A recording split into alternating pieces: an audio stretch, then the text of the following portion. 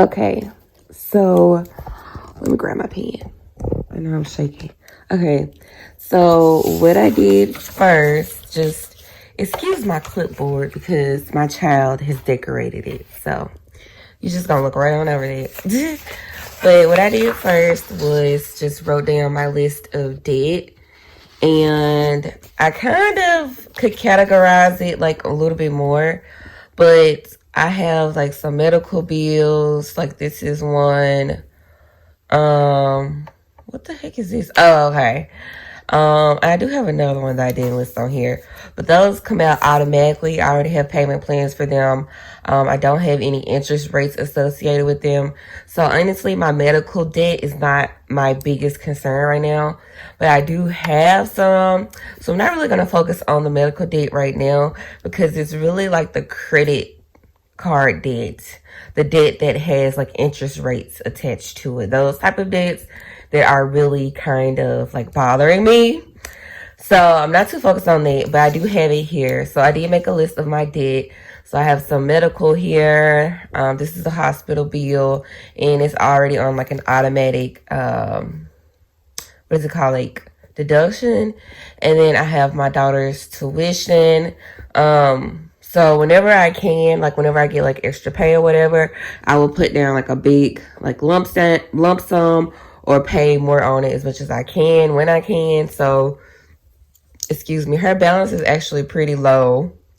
This is how much I have left on her tuition for the rest of the school year. So like, this is how much I have left.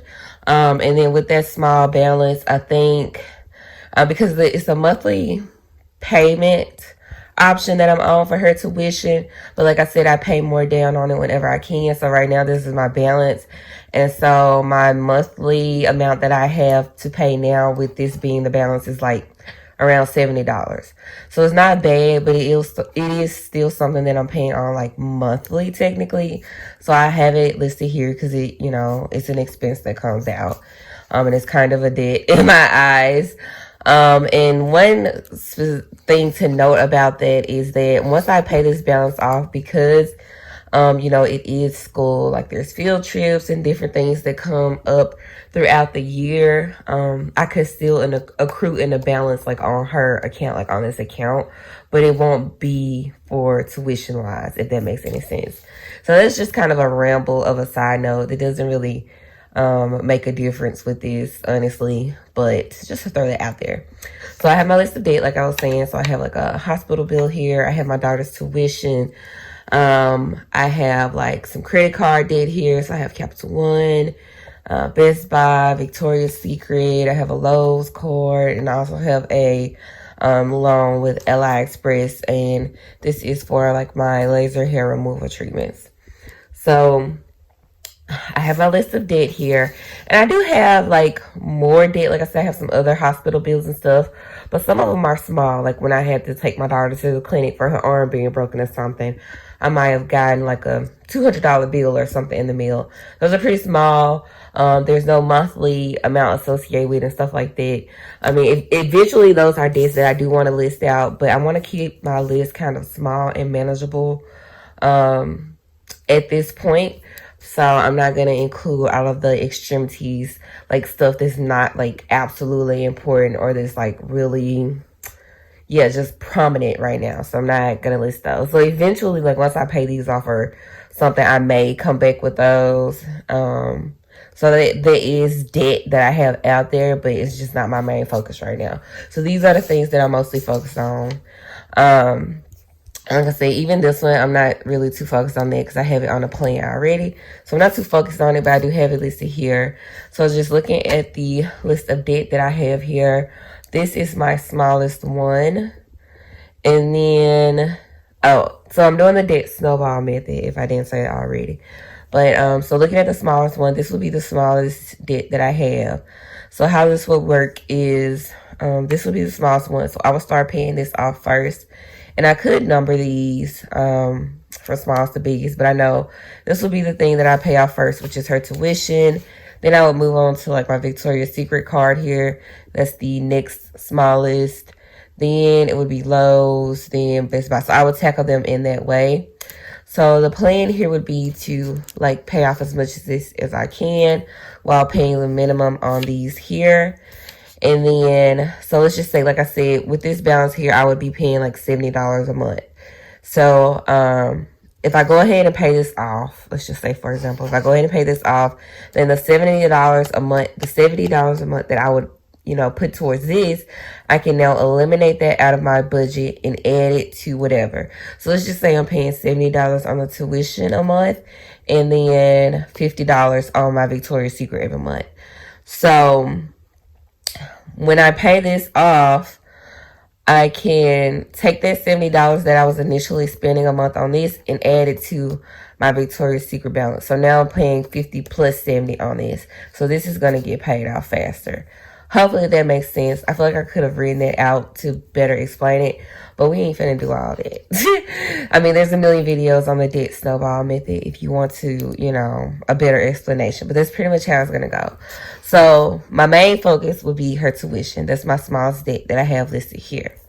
So now I have my debt listed out. I've picked out the smallest one, the one that I'm going to tackle. And now I'm gonna look at my paycheck. So I'm going to look at my, I get paid bi-weekly. So that's how my payments would be, like that's how I would do my budget bi-weekly. So I'm looking at the pay period of, or the pay date of 10/14. And I've broken down like what bills I have coming up, what are like must-haves, like what I absolutely have to pay for. Then I just made this little credit section because honestly, that's kind of flexible and negotiable. And then I also have this flex section, but I didn't want to name them the same thing. So I just did like must, credit, and flex. So what I have here are my must-have sections. Like these are things that I absolutely have to pay with this paycheck on this pay period. You know what I'm saying? These are bills that I have upcoming that I absolutely have to pay. So I have my Comcast bill here. I absolutely have to pay this or we won't have any internet or whatever. So this one of my must-have bills. So I have that here. I have my Best Buy payment here. Like that's due this month. The minimum balance that I have on that is $119 right now. And it's actually smaller, but I paid extra on it last month, so they didn't charge me. And then like this month they it's a mess. So my minimum balance for this should actually be smaller, but that's what I have to pay on right now. That's the balance that I have right now to pay for, so it's fine. But I have my Comcast bill that I need to pay that's coming up. And like I said, I'm on a bi-weekly period. So I've showed you guys my planner before, but I will bring it back out just so you can kind of get an idea. I'm on the month of October. This is my overview of everything. So like I said, this was the payday. This is the payday that I'm looking at here. And I do mark my paydays on the calendar. I'm out of my big payday stickers, like these big stickers that actually say payday. So I'm just using these little dollar signs to kind of, you know, designate the paydays so I know what's going on. So this is my actual payday here. Use my pen. This is my actual payday here. And since I have all my bills listed out, I can kind of see what's going to come up. And I also have my next payday listed here. So I can see what bills are due in between that time. So I have here, like all the things that I have listed here, I basically just put them on this little list right here. So, and then I kind of broke it down into further sections of what I need to use my paycheck for. So, looking at my monthly overview, I can see, you know, my payday here, what I have coming up. I have some insurance payment due, a utility bill due, another utility bill. I also have that school tuition. That's the monthly fee right there. I also have another credit card due. You know, so that's just extra stuff, appointments and stuff. And then I also have like other bills. And this, like I said, is on an automatic payment. So it automatically comes out and it's on a very, very small auto payment. So I'm just not worried about that bill at all. But yeah, so I can see like what bills I have coming up in between then.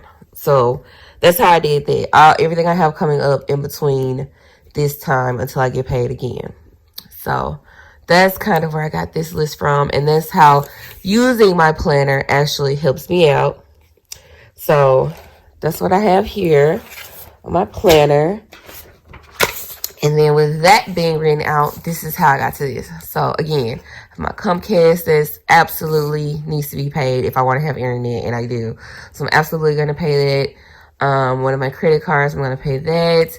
My insurance payment here, I definitely have to pay that.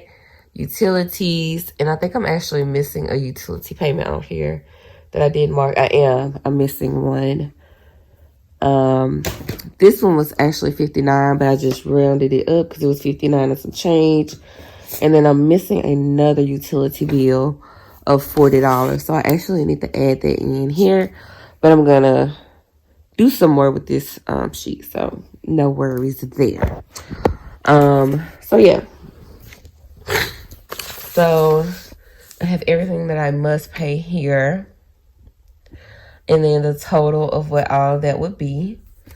And then I thought I had the total of my paycheck. So the, what is the word I'm looking for? So the actual like amount that I'm going to get paid, I'm going to use this amount right here. It's actually more than that, but I do have some things that are like automatically deducted out of my paycheck and stuff like that. So this is just like a safe amount for me to use, I say. So this is like, you know, not counting certain deductions. This is about the base pay that I know I'm going to get. So this is what I'm working with starting out. So these are my must-haves. There's the total there. Like I said, I'm missing one, but we're just going to go with what I already have written here because it's kind of easier to follow than me redoing this. But this is everything. That's the total of that. And then, so this $624. So then I move over. So those are everything that I know I have to pay. These are some credit card bills that I need to pay on. So I actually didn't pay them when they were due because I had an unexpected expense earlier this month. So I actually like missed these payments. And I'm behind on a couple of them. And if y'all don't know my story was that I was laid off during the pandemic like most people were. And I actually used a lot of my credit cards to pay a lot of my bills when I wasn't working. And so now I have quite a bit of credit card debt. And so I'm trying to kind of climb myself out of that. And so I'm going to use the debt snowball method. And like being behind on these, like, it's kind of scary. But I've been following like the Dave Ramsey method. I've also been watching some of his videos. And from what I gathered, basically, you know, I need to be paying the minimum on these other like debts and kind of negotiating small payments where I can until I get like her tuition paid off. I'm going to be paying like the minimum on my other debts, you know, and just kind of climbing my way up. That probably doesn't make a lot of sense, but you'll see it like as I lay it out. You'll kind of get the concept. So this is a credit card debt that you know, some bills that I didn't pay on last month that I do want to pay on. But it's not the most important thing. And then I also have gas, food, and rent. And I put flex over here. This is flexible to me because, and actually the minimum that I need to pay on this is $105. But like I said, I want to focus on this smaller debt. And I'm going to kind of negotiate with these to just make smaller payments for right now, just so I can kind of give myself a boost. I put flexible on these because I work from home, so I don't really need a whole lot of gas. But I just kind of put an amount that I kind of want to work with or that I wouldn't mind using. The same thing with food. Like, we have food here. Like, I can spend money on groceries and food, but we do have, like, a lot of pantry items and stuff here. Honestly, like, I don't need to spend a whole lot of money on food, but I can spend some money on food if I want to. So that's why I put flex here, because I don't really need a whole lot of food. Like I said, like, if we really needed to eat, I have food. You know what I'm saying? We have, like, pantry items. You know, like canned vegetables. I even have, like, some meat that's frozen and, you know, just different things. Like, we have food here. So as an absolute necessity, I don't, you know what I mean? When I think like bare minimum, I don't really have to purchase food, but I could purchase food, like as far as perishable items, like fresh fruits and vegetables. If I wanted to get those, like that would be something that I need to purchase. But as far as just being able to eat to live, I really don't have to buy anything. So that's why I kind of put this in a flex category over here. Food is absolutely a necessity. So if you if you need food in your house, that should be like on your must-have list if you're struggling there. But we're like, okay, so that's why I have it there. Everybody's situation is different. So you have to assess it according to, your lifestyle.